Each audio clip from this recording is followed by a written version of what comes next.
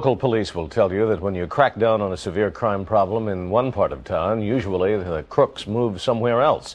That's a situation which now apparently is confronting the Reagan administration, and particularly Vice President George Bush. She's given this task force good advice. That was Vice President Bush in March, announcing the administration's battle plan in its fight against drug smugglers in South Florida. We're working to end the most lucrative business of this or any other region of the United States. It's also the most despicable of businesses. And those who are involved in it, regardless of the level, deserve nothing but constant pursuit, apprehension, and firm criminal conviction. 6 months later, there are 500 federal agents here from all over the country. The Navy and Air Force, under a new federal statute, is helping civilian law enforcement for the first time in over 100 years. And over $8 million in new federal money has been thrown into the fight. Local radio ads, paid for by the Republican Party of Florida, praise the new program. To help win the war on crime, the president needs more help. He needs more Republicans in office. Vote Republican. Paid for by the Republican Party of Florida. But despite the attention, some local law enforcement officials believe the task force has lost much of its punch. Starting in approximately June or July, the curve on the availability of cocaine and quaaludes went up. And in August, it was quite apparent that the supply of cocaine and quaaludes was at pre-task force levels. Marijuana was still in relatively short supply. I think that the task force now has realized that they have some interdiction problems because of the availability of the drugs, and they are now taking steps to try to plug up those holes. Drugs like cocaine and quaaludes still are often hidden in legitimate commercial shipments or brought in by individual couriers. The Navy and Coast Guard has had more success intercepting marijuana, which now is offloaded in the Bahamas and brought in by small speedboats. So far, the task force estimates it has seized over $2.5 billion worth of drugs. We think that we have an evolving, dynamic problem that we need to deal with. When we take an action, when we put a strategy in place, the other side reacts to that, and therefore we must react to their action. It's a sort of cat and mouse struggle, if you will. But as the pressure has increased in Florida, so has drug smuggling in neighboring states. This bust in Tennessee 2 months ago netted lawmen 1,200 pounds of cocaine. That's worth $400 million, and the smuggling has spread along both coasts. In New York City, the Coast Guard has seized 5 times more marijuana this year than in all of 1981, and 50 times more cocaine. There have been calls for a more comprehensive attack on the smuggling epidemic. The solution is one of a strategy, if you will. I think the responsibility for the federal government, the responsibility for the administration and the Congress, if you will, to formulate a strategy that could be effective in all the areas. If we're saying in South Florida we've been successful with the amount of equipment and personnel that we've brought down there, well, then maybe we need that same amount of equipment and personnel to be effective regardless of where we are. As a result of the complaints from places like New York City, the Reagan administration reportedly is considering broadening the drug war. A drug abuse policy office has recently been set up in the White House. But before any larger policy decision can be made, there is still plenty to do in Florida. Vice President Bush recently returned there to announce the administration is digging in its heels. The task force plans to stay the course. We don't plan to go out of business. We don't plan to go away and let this insidious drug problem get even higher in its profile. Despite the tough talk, the administration is finding that the battle against drug smugglers will be tougher and longer than expected. And it may take more money and manpower than anyone so far is prepared to commit to the fight. Problems with trafficking into this area, Miami, and also how it hits the streets. Joining us now, the mayor of Miami, Javier Suarez. Good morning, Mr. Mayor. Nice to meet you. And Jeff Lean, the author of the book, co-author of the book with Guy Gelada, A Kings of Cocaine. Good morning. I must tell you, I've been reading that book. It's very fascinating, especially everything that's been going on in the last couple of weeks. Jeff, you look and you see that we have now, the U.S. government has now asked for 80 Colombians to be extradited from that country, and you've been looking at the drug kingpins. Do you think it's kind of foolish? We haven't really gotten anyone, have we? Well, I mean, we've reached an unprecedented situation. I never thought I was going to see extradition reinstituted between the United States and Colombia. I've never seen the Colombian government take such a hard line against the kingpins. They're disrupting shipments, they're seizing labs, we're seeing a drop-off in cocaine prices, a rise in cocaine prices and a drop-off in shipments here, so I feel like we've gone farther than we ever have. What remains to be seen is how long we can keep it up and whether it'll be a lasting impact. Mr. Mayor, tell me about the cooperation of the federal government specifically for you. Does the federal government take care of all of the interdiction, but also the traffickers? When the traffickers hit the street, and a lot of them actually have certain bases here in Miami, do you get cooperation, federal funding in that? Well, for the major transactions and the major transactional aspects of this issue, we are totally dependent on the federal government. You know, we can deal with the small sales in the streets, and of course we cooperate in giving them information. Years ago we didn't get the greatest cooperation in the world. We do now. They have the confidence in our law enforcement agencies. We think that certain things we know how to do best, and working together it's worked out pretty well. The level of support also has been high in Miami. We've gotten a lot of attention from at the level of the vice president because of the task force, and that means more agents, more prosecutors, and more customs and the Coast Guard effort is high, and I think the battle is succeeding. I think the battle's being won. Jeff, here in Miami, are there a lot of gangland shootings? There were in the early 1980s. I mean, you have to remember that Miami leads the nation in cocaine trends, and in the early 1980s. Mr. Mayor, how do you feel about that when you hear that? Well, I know for a while that we, of course, have been identified as the principal entry point, but we're no longer even that. I heard the other day about another city that I won't mention. I guess it was L.A. But San Diego, where we're going to be on Friday. And of course, San Diego was having problems. But we recognize our situation as an entry point.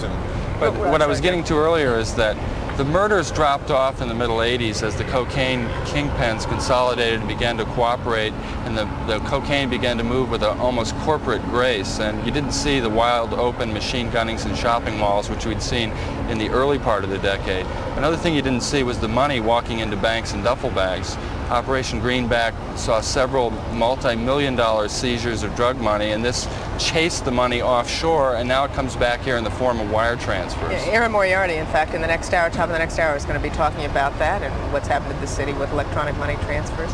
Jeff Lane, thank you for joining us. Kings of Cocaine, a fascinating book, and if anyone is interested, especially now, in finding out who the kingpins are, the Medellin Cartel, it's a fascinating book. And Mr. Mayor, thank you, and thank you for letting us here in Miami. broadcast from the city. Well, if you're like the rest of us, at one time or another, you've had to wonder where your next dollar is coming from. But have you ever wondered where that next dollar in your pocket is going? I know it moves so fast you don't really pay attention. But these are the things we pay our economics correspondent, Robert Krulwich, to think about. And you say it's got a very good chance of winding up right here, huh? I do. I found some statistics at the Federal Reserve Board in Washington which show that an extraordinary amount of America's money, the money that we use every day, for some mysterious reason, ends up here in Florida. Wait. Ends up here in Florida? That's right. You know, when money gets old, it goes out of circulation, taken out by the Federal Reserve, and by a process I will now demonstrate by the beach. Here's the way it works. Every year, the Federal Reserve Board in Washington issues a whole stack of fresh, new, crisp bills to banks all over the United States. And then, by a process we know very well, Americans go to their banks, take out their money, and then the money passes from hand to hand to hand to hand, after which the typical dollar bill gets ratty and limp. And local banks send it back to the Federal Reserve, where they burn it. Now, according to Federal Reserve statistics, a bizarrely large amount of money is burned here in Miami. Everywhere else in the United States is pretty much the rule that when a dollar goes out of circulation, a new one comes in. It varies a little, but it's really one out, one in.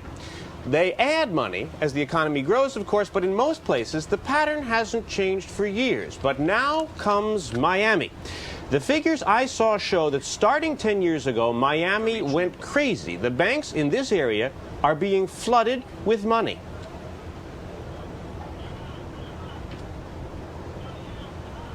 In 1975, the banks turned in 2 old bills for each new one. The next year it was 3 old bills for each new one. The next year it was 5 old bills for each new one.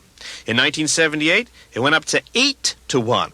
In 79, 13 to 1. In 1981, 14 to 1. In 1982, 15 to 1. And in 1984, 16 to 1.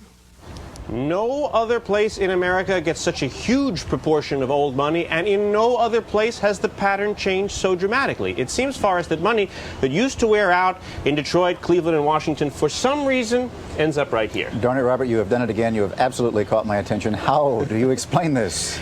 Well, now, the real question is, whose money is coming here? Who's sending all that money here? And I asked that question to a former Assistant Treasury Secretary, Richard Davis. I think there are only 3 possible explanations. One would be it's a tourist area. Second, it's where people from Latin America hoarded money and bring it to Miami. And third, and very significant, is undoubtedly narcotics money, drug money. Drugs may explain a lot of this because your typical drug dealer, and that's me there pretending to be typical, picks up his supply of drugs in South Florida and then very promptly heads north to a city where there are lots of customers who will pay him $20, $40, $60 for the drugs, using lots and lots of small bills, which they give to the dealer. He immediately takes that cash back to Florida as a large stash of loose money. And we're talking 10,000, 20,000. Some dealers have literally deposited $1 million in cash directly into South Florida banks. And that's why so many small bills end up in Florida. There is a migration of money back from drug sales in the north back to Florida. That's shown in part by the fact that if you look at the surplus of the cash in Florida, about half of it is in $20 bills or less from these small kind of sales that took place further north. As we show. That's correct, as you showed. If Richard Davis is right, and every expert I talk to agrees with him, that means that the drug business is now so vast and growing so fast, it is actually diverting the flow of America's money, the pieces of paper that we all handle every day, a basic commodity in this country. So much money is following drugs, our currency is literally being pulled south to Miami. The Federal Reserve statistics suggest the amazing strength of the drug business right now. It's obviously just a guess, but drug agents I've spoken to say that it's an $80 to $100 billion industry. And the question is, when this money comes moving through, whether banks are in collusion with that, because that's a lot of just hard cash. What happens when the drug people bring the money into the banks is that money gets wired offshore to Switzerland or whatever. And the Treasury Department for years has been concerned that banks aren't reporting those transactions. And anybody who goes into a bank with more than $10,000 cash, the bank's supposed to notify the Treasury Department of that event. And the banks have been a little sluggish to cooperate. All right. Robert, thanks very much. Well, You're looking this morning, about to look at a picture of the freighter Nirma. Cooperation between the DEA and the Coast Guard. That's our broadcast location, and we're on the Coast Guard cutter that's in the front. If you look right where those little bright lights are, right behind us, look at how big that freighter is. Yesterday, or the past couple weeks, the DEA, Customs, the Coast Guard has made a seizure that could total about 6,000 pounds of cocaine. The 3 agencies that bear the responsibility for interdicting drugs before they get into our cities and on our streets have representatives with us this morning. Rear Admiral Martin Daniel commands the 7th Coast Guard District, which is responsible for the Caribbean and the Southeast United States. Tom Cash is a special agent in charge of the DEA's Miami Field Division. And Pat O'Brien, a special assistant for enforcement operations for the U.S. Customs Service. Good morning. Good morning, Kathleen. Mr. Cash, let's talk about this bust yesterday. How important is this seizure? Well, I think that any time you have a seizure of this magnitude, the investigatory activity that led up to it tells you a great deal about what the situation actually is currently. And on intelligence basis, that makes it quite an important seizure. We saw the cooperation here and the great help of the Customs Service and the Coast Guard, and we were able to put together the fact that this load was put on at sea pre-Galan murder in Colombia, that it was taken and brought up to the Berry Islands and the Bahamas. It was offloaded at sea. It was offloaded into small boats that I think many people are familiar calling them cigarette boats, which you call fast boats, cigarette boats. And then it was offloaded into yet another boat which had 700 kilograms on it that was seized last night. So you had about 19 people arrested. You had an investigation that gives you the current picture of the pipeline, if you will, the cocaine that is in the pipeline. So, Admiral, it's very beneficial. Well, Admiral, this morning, do you now look at where you're sending ships out and kind of change the scope and say, hey, the Colombians are really going to think about and focus on the Caribbean once again? Well, I think the picture is changes on a daily basis, Kathleen. Since the recent activity down in Colombia, we've noticed a dramatic drop in what gave us the biggest problem all summer long, which was the air importation of cocaine. Now I think it's reasonable to suspect that stocks, which, as Tom says, may have been in the pipeline for some time, an attempt will be made to deliver those stocks to the U.S. by boat. So I think that's what we're looking at now, and we'll certainly redeploy our forces consistent with the intelligence as we see it. You know, Mr. O'Brien, Colombia says, and kind of points the finger back to us, wait, you know, this is not a supplier problem, it's a demand problem. Well, I think it's both. It's a supply problem and a demand problem. If there was either one missing, then we wouldn't have the problem. But they're both there, and I think we have to work on both ends, the supply to demand, and then in between, stopping it from getting from there to here. Do you feel, even though this is somewhat out of your jurisdiction in customs, do you feel that we're going after the big traffickers in Colombia aggressively enough? I have no question we're going after them. The question is, why aren't we catching them? And why aren't we catching them? Why aren't we catching them? I mean, there's 80 people and we have one, so there's 79 to go. Should I ask Mr. Cash that question? I mean, we should. The DEA, you know, the DEA apparently has come under criticism this morning, Mr. Cash. Today, in an intelligence report to a Senate subcommittee, it's going to be reported that our intelligence activities in Medellin, or involving the Medellin cartel, are really lackluster and need some work. Well, isn't the DEA down in Medellin? Well, certainly. If it's lackluster, I'm sort of amazed at that. The Drug Enforcement Administration is the organization that identified the Medellin cartel from the beginning to the end.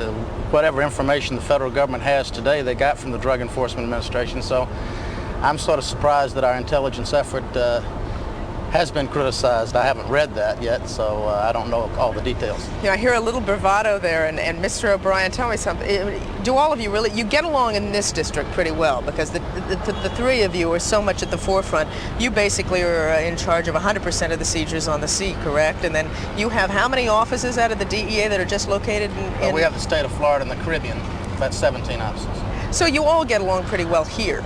Yes. How about the rest of the country?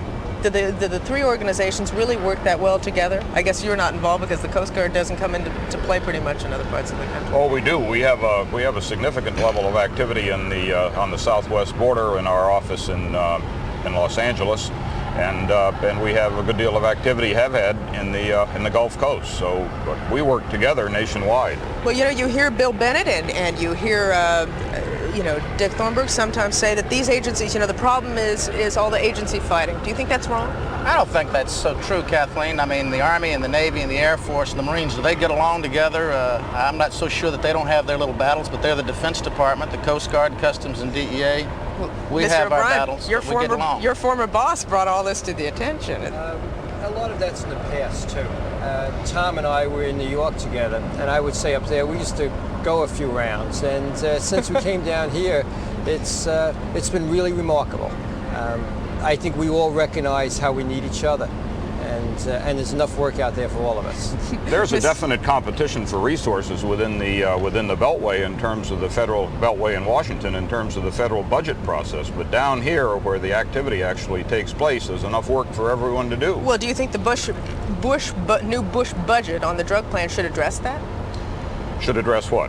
Or should they come together with, you know, new resources, new monies for all of you to work together? Insofar as the Coast Guard is concerned, really we have enough assets to do the job down here now. Really the only requirement is that we get an operating expense budget, which is what the President has asked for at that level, and that it be passed in a timely fashion so that we have the money at the beginning of the year. Well, Mr. Cash, do you feel that you have enough men working for you in the DEA? Do you have enough intelligence information? Well, certainly we have a sizable staff. I think we're as effective as the number of people that we have, Kathleen. We can always double the effort that we have with double the men, if indeed that is the total part of the problem. We are one part of the solution in the United States. There's a foreign end of supply and there's a domestic end of demand, and you can't just say Tom Cash and DEA needs more agents in Miami at the expense of the whole overall strategy. Mr. O'Brien, Mr. Cash, Admiral, thank you so much, and thank you for having us on the boat today. I appreciate that. You're more than welcome. It's good to be